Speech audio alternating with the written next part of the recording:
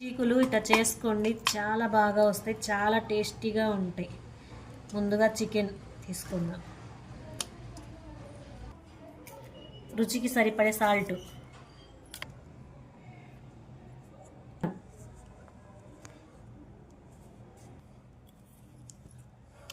వెల్లుల్లి పేస్ట్, పెరుగు, గరం మసాలా, ఫ్లేవర్, నిమ్మకాయ,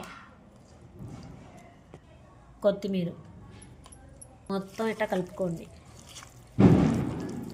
ఇట్లా మొత్తం కలుపుకొని ఒక 5 నిమిషాలు పక్కన పెట్టేసుకుందాం. చీకులకి కావాల్సిన కడ్డీలు ఇప్పుడు ఇట్లా గుచ్చుకుందాం. ఒక్కొక్కటి ఇట్లా మొత్తం కడ్డీ మొత్తం ఇట్లా గుచ్చుకోవాలి. ఇట్లా 2 కడ్డీలకి గుచ్చుకుందాం. ఇట్లా పెనం పెట్టేసుకొని ఆయిల్ వేసుకుందాం. ఆయిల్ వేసుకొని టర్న్ చేసేసి ఇలా పెనం మీద ఇట్లా పెట్టేసుకుందాం.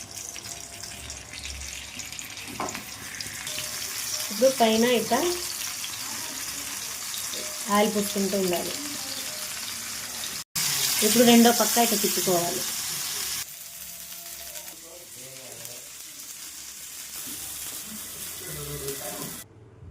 చికెన్ చీకులు ఇట్లా చేసుకోండి, పిల్లలు కూడా చాలా ఇష్టంగా తింటారు.